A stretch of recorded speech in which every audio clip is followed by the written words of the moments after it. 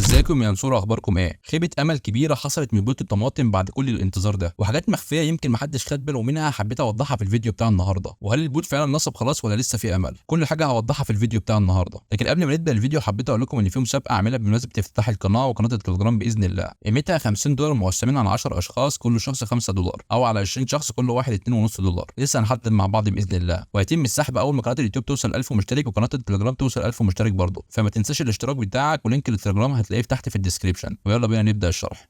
اول ما تفتح البوت بالمنظر دون هتلاقي كده خانه جديده اتضافت اسمها برونز اي في، او على حسب كل طريقه واحد فيكم يعني. خليني بس قبل ما اخش اجمع الطماطم اللي عندي، وبعد كده نخش على برونز اي في او التحديث الجديد. طبعا انا فتحتها قبل كده عشان اشوف التحديث دون اخباره ايه، عشان اعرف اعمل الفيديو وافهم الدنيا ماشيه ازاي. فانت اول ما هتفتح ده لاول مره هيحسب لك حسبه كده زي بوت دوجز. اول ما دخلت عليه حسب لك انت بقالك قد ايه على التليجرام وكده يعني. المهم انا ادينا 66 عمله، وانا اصلا كان معايا 30.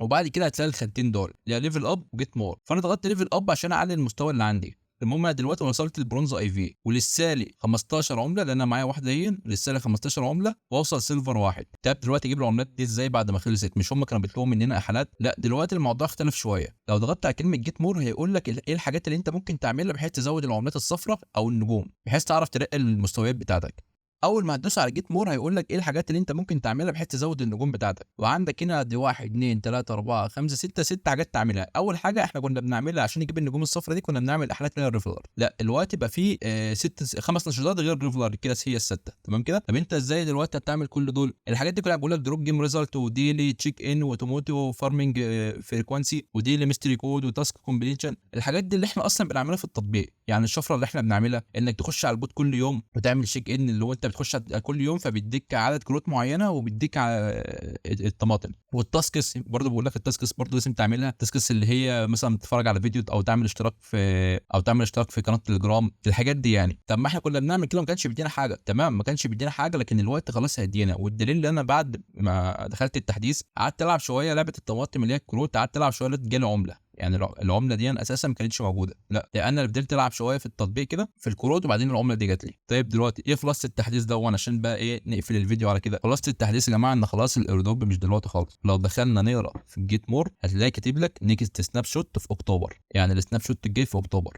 ففي اسئله برضو شفتها في الجروب بيقولوا ده في سيزون اول وده هيبقى سيزون تاني، السناب شوت ده هيبقى سيزون تاني. لا، وهقول لكم دلوقتي لا ليه. لان هو هنا كاتب لك كيب بارتيسيبيت، يعني بقول لك استمر في المشاركه. ما هو لو خلاص، لو الناس خلاص اكتفوا بالعدد الاولاني وده عدد جديد مش هقول لك استمر، لكن ده خلاص هو قال لك استمر في عمل النشاطات عشان نديك نجوم اكتر، بحيث تعرف تعلي الليفل بتاعك، بحيث حسيتك في الايردروب بتزيد.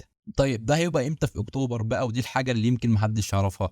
لو دخلنا على جروب التليجرام بتاعهم هنعرف امتى في اكتوبر بالظبط. هتلاقي في التليجرام بتاعهم رساله طويله عريضه ملخص التحديث اللي نزل يعني، ودي لسه نازله من شويه عامه يعني، نازله الساعه كام؟ 9:53 صباحا، لسه نازله من شويه. طيب دلوقتي انا ما فهمتش برضو إيه ده هيعتمد على ايه. نفس الكلام اللي موجود هنا موجود جوه التطبيق، لكن المختلف هنا لو تاخد بالك في الجمله اللي في النص دي مكتوب التي جي اي ان ليت اكتوبر، في اخر اكتوبر. ودي كانت الصدمه. يعني احنا اصلا لسه في بدايه 9، عايز تخلينا استنى لحد اخر اكتوبر؟ ده الواحد كان متعشم ان خلاص ان الضوء هيبقى في اول 9 والسناب شوت خلاص اتاخد والتعدين هيقف والكلام ده، وربط المحافظ 70. انت ليه خليتني اعمل كل ده؟ قاعد خليني استنى لحد اخر 10. طب انت اصلا جوه التطبيق قلت لي في 10، ليه دلوقتي جاي تقول لي في اخر 10؟